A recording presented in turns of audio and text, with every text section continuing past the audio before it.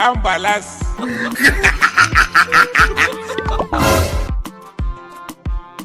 Ka ji ƙato.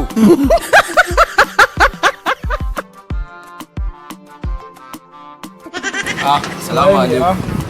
Jaman, wallahi ni ne dama zuwa ne dan Allah da annabi mutumi na san ba gurin wanda zan je in nemi alfarma sai kai.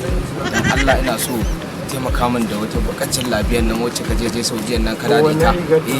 Wallahi ko ta yarinya ce, yarinya tana haɗe da ita aiki. Ta nuna cewa kuma tana so ta bi guri na. Gaskiya ka san mu gayu harkokin mu sai dai uzuri. Kan bani da kaya to nagode. Dan Allah ya taimaka min. Yawwa. Ka ji ƙato. Gata nan. Na gode. Amma kar ka samu ita ta je ta yi dauɗa. Ba matsala. Ka kula min da ita sosai. Ba matsala mutumi na. Yawwa Ake ka sani. to shi kenan. Sai an jima. Yawwa.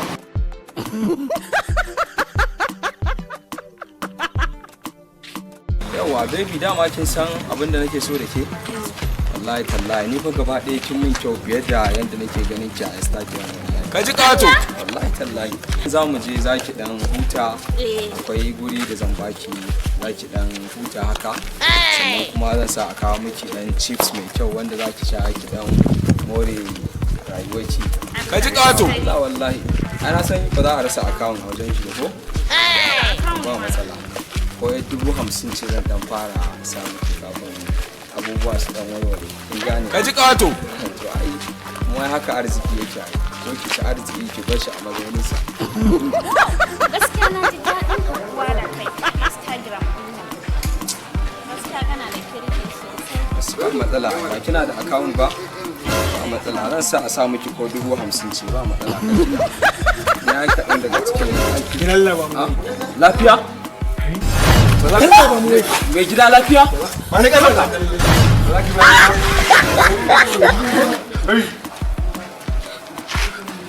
Bak, gashi. Kai. Zo mu da bulani. Kamin su mana kana ganin sun tafi da waya. Ba ta ce ta zan iya bar su. Ba ta ganin jin lafiya ce a cikin.